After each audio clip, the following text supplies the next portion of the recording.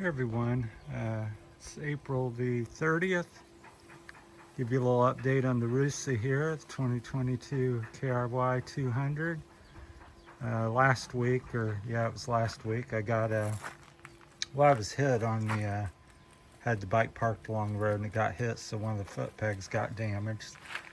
So I got new pegs, ordered a CRF peg, which does not fit. Different angle here, that's a different angle, and it's closer together. The stock one's further away, further apart here, between here and there. So I had these cut off and custom made to fit it because I didn't really want to say it's difficult to send stuff back and do things. So these are aluminum, as you might see. So got them welded on. It wasn't too bad. I got the kickstand short and the brake lever custom bent, so save a little weight, gave it a little bling. I think they charged me 300 pesos, which is not bad. So I got that cut shorter there, had them cut and welded on and refabricated to fit the CRF foot pegs. So that's what we ordered, the CRF 150, all the CRFs I get, 150, 250, different models. So it looks pretty good, but another little thing. And then they sent these, this one's missing must have been on a Monday, they had a dash day. They didn't put the studs in there, didn't drill or put any in, so I'm missing 2 studs, I believe. So then I got that bent in closer. It's come back out a little bit, but it was setting over like that, but he heated it up and bent that for me. So he did probably 2 or 3 hours worth of work for me, custom weld, and did a good job really on the welds. He's really took his time and took pride in his work. That was up in Barotac, Viejo. So what do we got next coming?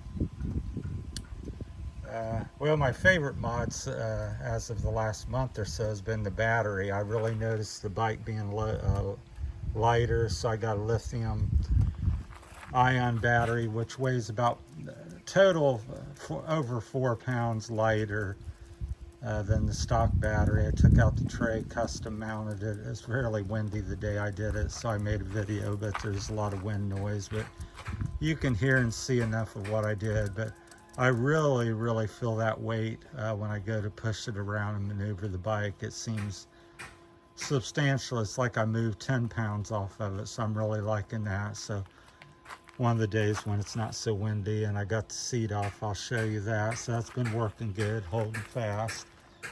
So I got some new tubes, a new tire, new rim.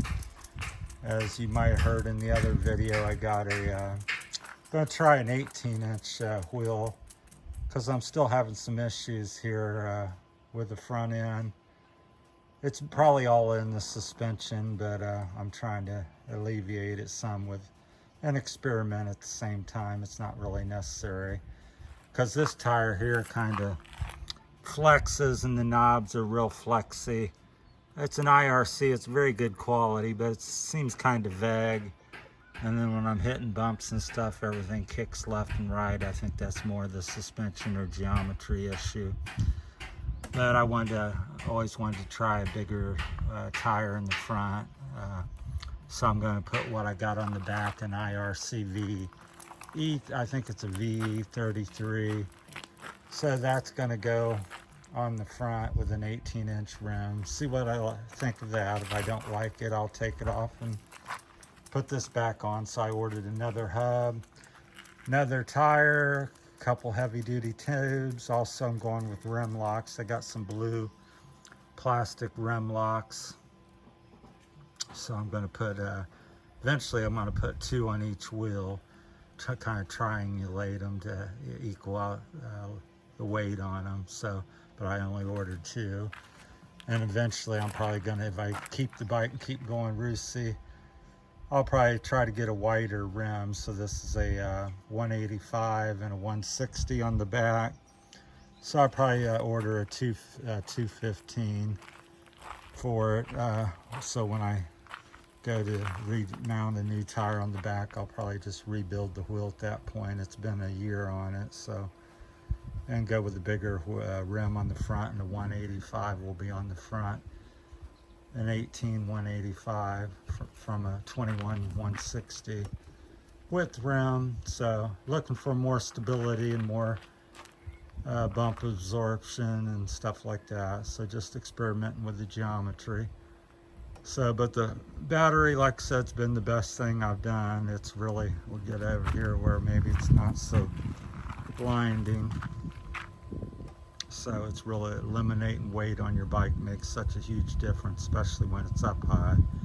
That's why I think the 2024 model with the lower gas tank and bigger tank's that's one of the best features on that bike as far as I can tell. Just looking at it, so it makes a lot of sense. So that's going to be a big improvement for the 2024 model. So, but if I stay Rusi, I'm holding out for the 250 and see what they do with that, because there's a 250 coming down the pike. They've been teasing us for 2 or 3 years now, and I'm told it's between now and the first of next year that I'll be seeing one. So if I like what they've done with that, then I may step up and get that. So, but yeah, that's it. I just wanted to give a little update. So got all the parts in I mentioned, some rim locks, different wheel in the front, different tire, things like that coming.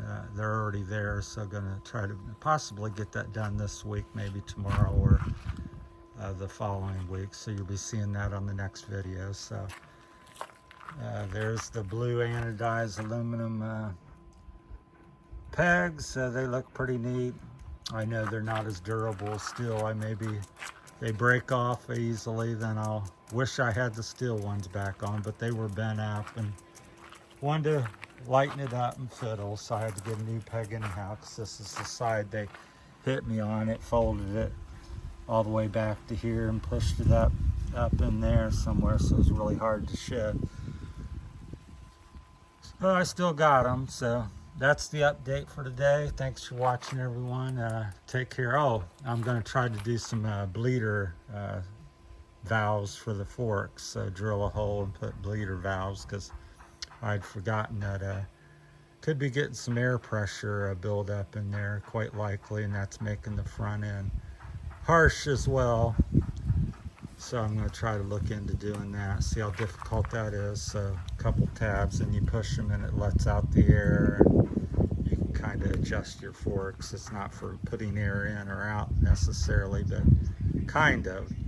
It's for making sure the fork pressure is the same as the outside pressure, because you tend to get pressure build up from the oil and you know, compressing back and forth, the air getting seeping in, or from the seals or something. So all right, so that's another thing we're working on. So always something, just always fiddling with something, so it'll be a continuing thing no matter what bike I got.